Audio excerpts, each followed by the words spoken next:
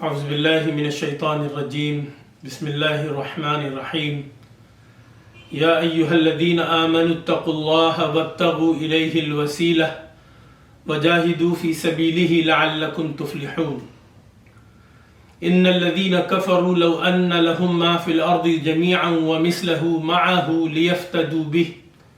لیفتدوا به من عذاب یوم القیامہ ما تقبل منہم ولہم عذاب علیم۔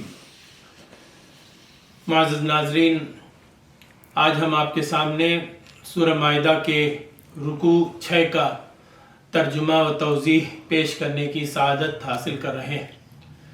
اس پیشکش کا عنوان ہے عدل اور انصاف کا اسلامی تصور۔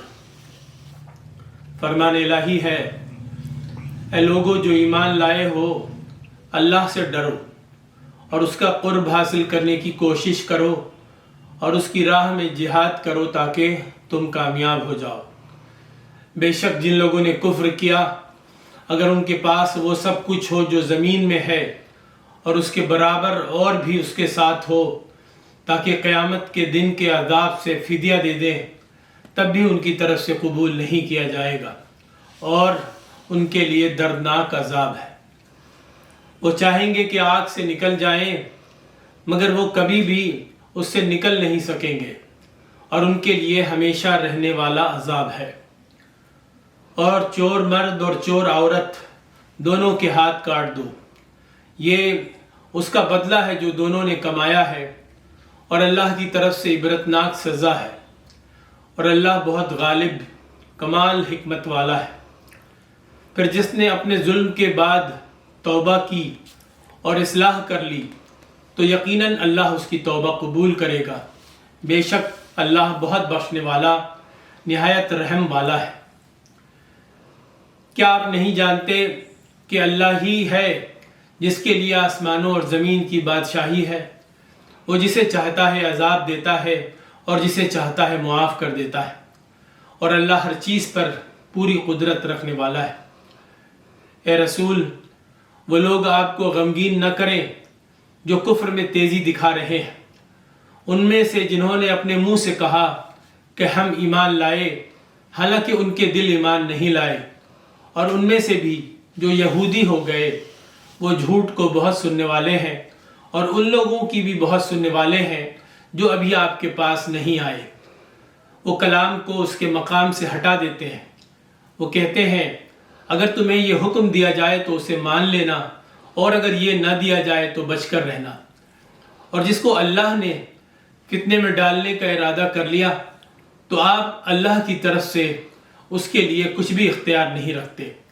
یہی وہ لوگ ہیں جن کے دلوں کو اللہ نے پاک کرنے کا ارادہ نہیں کیا، ان کے لیے دنیا میں رسوائی ہے اور آخرت میں ان کے لیے بڑا عذاب ہے۔ وہ جھوٹ کو بہت سننے والے، حرام مال بہت کھانے والے ہیں۔ اگر وہ آپ کے پاس آئیں تو آپ ان کے درمیان فیصلہ کر دیں یا ان سے منہ موڑ لیں۔ اگر آپ ان سے منہ موڑ لیں گے تو یہ آپ کو ہرگز کچھ بھی نقصان نہیں پہنچا سکیں گے، اور اگر آپ فیصلہ کریں تو انصاف کے ساتھ کریں، بے شک اللہ انصاف کرنے والوں کو پسند کرتا ہے۔ اور وہ آپ کو کیسے منصف بنائیں گے حالانکہ ان کے پاس تورات موجود ہے جس میں اللہ کا حکم موجود ہے، پھر اس کے بعد بھی وہ منہ موڑ رہے ہیں اور وہ لوگ ہرگز مومن نہیں ہیں۔ اللہ تعالیٰ نے قرآن مجید میں نہ صرف زندگی کے بنیادی اصول بتائے ہیں بلکہ ہر شعبہ زندگی میں انسان کی رہنمائی بھی فرمائی ہے۔ سورہ مائدہ کے اس 6 رکوع میں اللہ تعالیٰ نے ایمان، عدل، انصاف، گناہ و سزا، توبہ اور اللہ کی قدرت کے چند نہایت اہم پہلوؤں کو بڑے آسان اور واضح انداز میں بیان فرمایا ہے۔ یہاں اللہ تعالیٰ سب سے پہلے ایمان والوں کو خطاب کرتے ہوئے فرماتا ہے کہ اللہ سے ڈرو، یعنی ہر کام میں اس کی رضا کو پیش نظر رکھو، اس کا قرب حاصل کرنے کی کوشش کرو، یعنی نیک عمل، عبادات اور خدمت خلق کے ذریعے اللہ کے زیادہ قریب پہنچنے کی کوشش کرو، اس کی راہ میں جہاد کرو، یعنی دین کی سربلندی کے لیے محنت کرو، چاہے وہ اپنے نفس کے خلاف ہو یا دنیا میں حق کی دعوت پھیلانے کے لیے ہو۔ یہ تینوں باتیں انسان کی دنیا و آخرت میں کامیابی کی ضمانت بنتی ہیں۔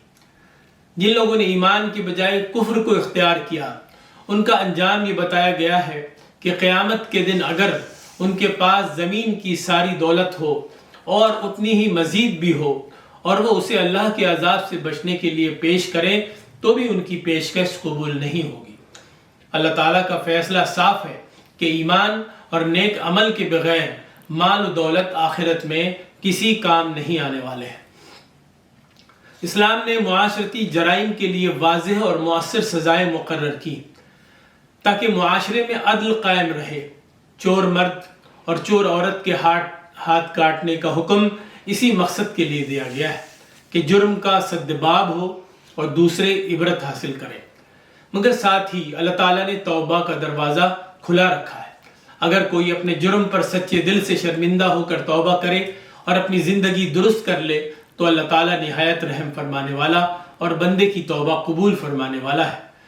یہاں اللہ تعالیٰ نے رسول صلی اللہ علیہ وسلم کو تسلی دیتے ہوئے فرمایا ہے کہ آپ ان منافقوں کی چالوں سے غمزدہ نہ ہوں جو زبان سے ایمان کا دعویٰ تو کرتے ہیں لیکن دل سے ایمان نہیں لاتے۔